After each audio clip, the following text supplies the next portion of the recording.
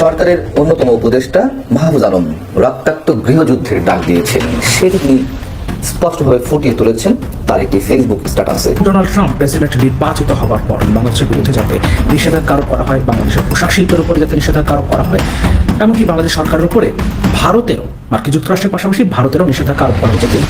অনির্দিষ্টকালের জন্য college shutdown কর্মসূচি ঘোষণা করেছেন রাজধানীর সরকারি তিতুমির কলেজের শিক্ষার্থীরা আরো বলেন, রাষ্ট্রপক্ষের সঙ্গে আলোচনার কথা রয়েছে। যদি পজিটিভ রেজাল্ট না আসে তাহলে শুধু রেলগেট নয়, আমরা আরো কঠোর হতে বাধ্য হব। এই পয়েন্ট যেহেতু নির্বাচন, সেই নির্বাচনে বাংলাদেশ আওয়ামী লীগ কি নির্বাচন করতে পারবে, বা আওয়ামী লীগকে কি নির্বাচনের সুযোগ সুবিধা দেওয়া হবে, আওয়ামী লীগকে কি নিষিদ্ধ করা হবে, এরকম নানান প্রশ্ন ছিল ভারতীয় গণমাধ্যম দ্য হিন্দুর। কার কাছে? আমাদের যিনি প্রধান উপদেষ্টা ডক্টর মোহাম্মদ ইউনূসের সাথে। আগামী নির্বাচনে আওয়ামী লীগের অংশগ্রহণের ব্যাপারে অন্তর্বর্তী সরকার আপত্তি করবে না বলে জানিয়েছেন প্রধান উপদেষ্টা ডক্টর মোহাম্মদ ইউনূস। আসসালামু আলাইকুম দর্শক, নতুন একটা সংবাদে আপনাদের আবারও স্বাগতম। প্রিয় দর্শক, বর্তমান বাংলাদেশের যে রাজনৈতিক অবস্থা এবং যে প্রেক্ষাপট চলছে তারই উপর ভিত্তি করে কয়েকটি খবর নিয়ে আজ আমি আপনাদের সামনে আবারও হাজির হয়েছি। ভিডিও শুরুটা দেখেই হয়তো আপনারা বুঝতে পেরেছেন আজকের খবরটা কতটা গুরুত্বপূর্ণ হতে চলেছে। প্রিয় দর্শক, যারা ভিডিওটি অন করেছেন তারা ভিডিওটি না টেনে পুরো ভিডিওটি দেখতে থাকুন। আর যারা এখন আমার চ্যানেলটি সাবস্ক্রাইব করেননি তারা দয়া করে সাবস্ক্রাইব করুন নতুন নতুন খবর আপডেট পেতে। তো দর্শক, বেশি কথা আর বলবো না, চলুন দেখে আসা যাক কি আছে আজকে আমাদের তাজা খবরে। চলুন। সেই সৎকুর মহাজন ইউনূসের যে সর্বশেষ গন্তব্য ছিল মার্কিন যুক্তরাষ্ট্র, তার ভবিষ্যৎ কি হবে? সে কি মার্কিন যুক্তরাষ্ট্র পালাতে পারবে না পালাতে পারবে না, নাকি মানুষের গণতোলায় খেয়ে বাংলাদেশে মারা যাবে?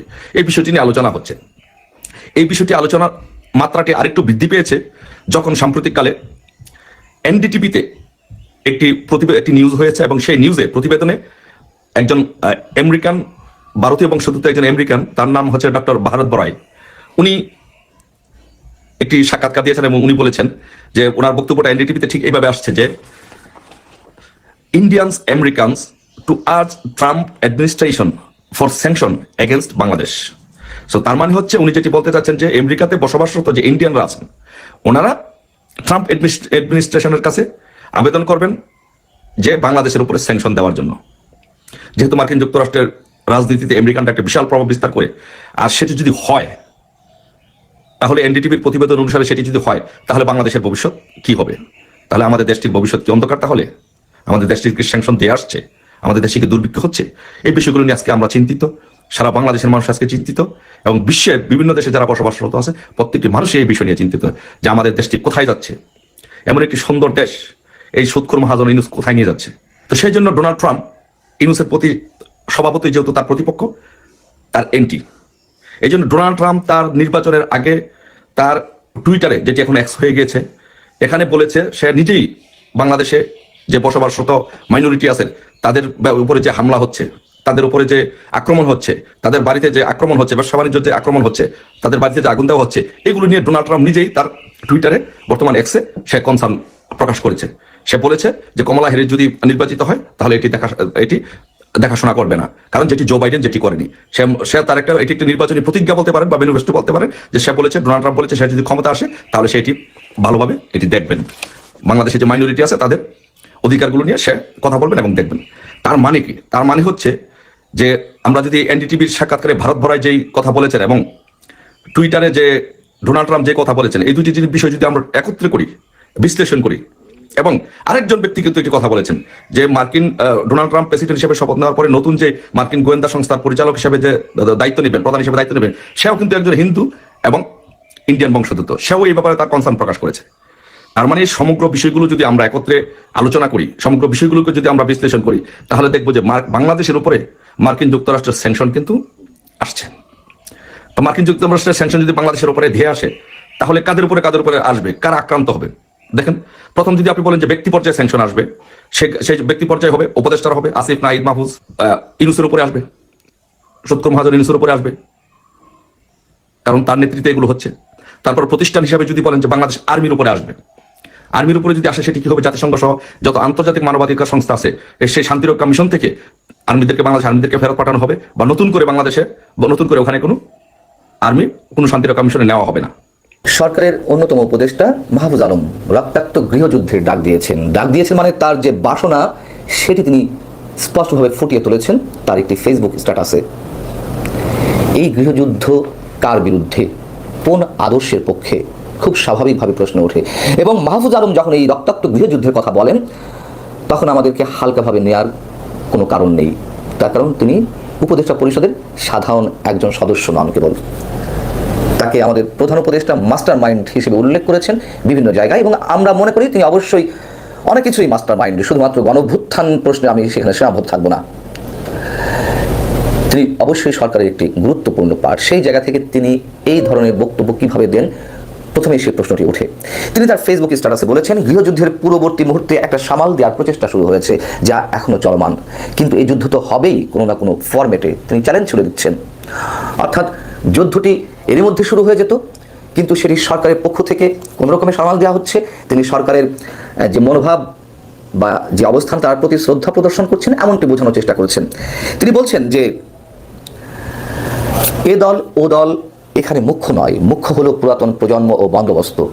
এই যে পুরাতন প্রজন্ম বা নতুন প্রজন্ম, নতুন রাজনৈতিক ব্যবস্থা, নতুন রাজনৈতিক বন্দোবস্ত, আমি সে বিষয়ে পরে আসছি। এই বিষয়ে তিনি যে কথাগুলো বলছেন সেটি একটু আগে আপনাদেরকে। তিনি বলছেন, ছাত্র তরুণদের জন্য একটি সুযোগ এসেছে, প্রতিটি প্রজন্মের কাছেই এরকম একটি সুযোগ আসে। 90-এর ছাত্র তরুণ খরচ হয়ে গেছে আগেকার প্রজন্মের ধূর্তামির কাছে।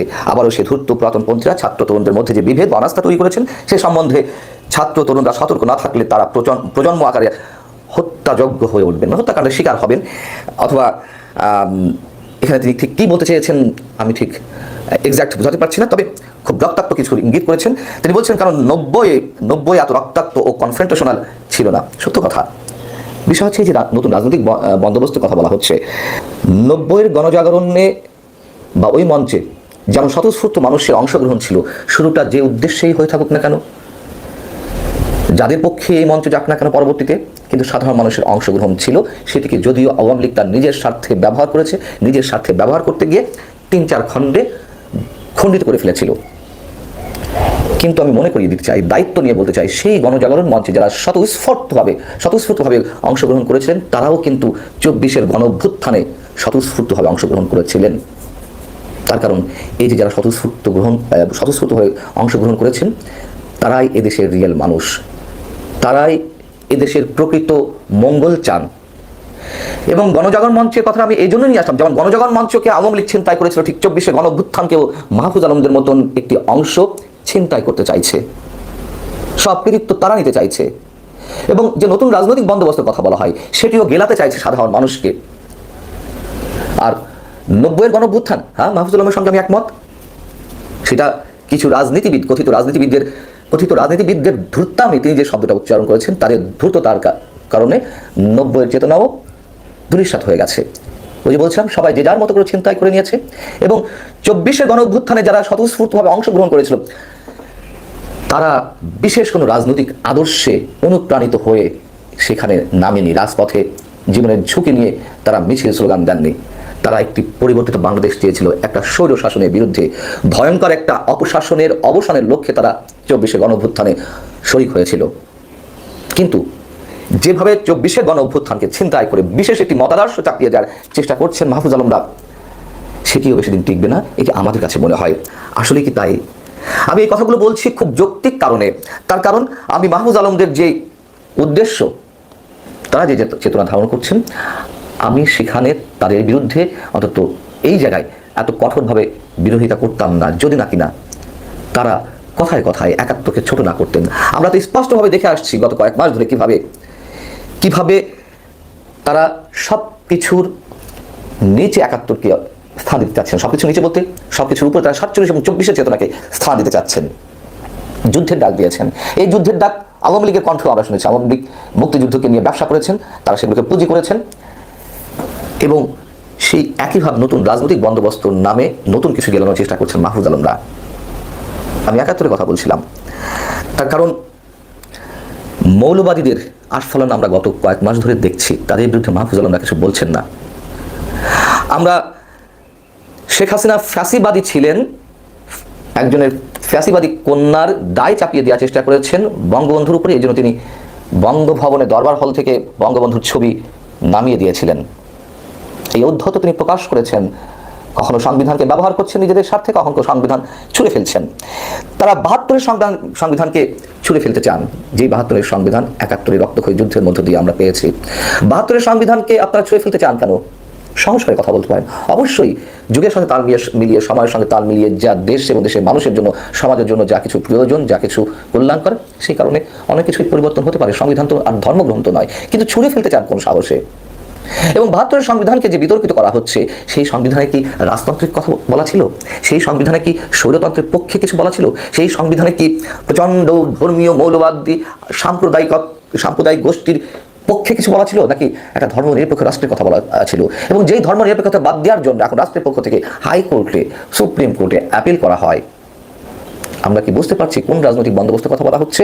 এবং যেখানে মোহাম্মদ আলী জিন্নাহকে একটা গোষ্ঠী জাতির পিতা হিসেবে ঘোষণার দাবি জানান, তাদের বিরুদ্ধে তো মাহফুজ আলমরা কিছু বলেন না।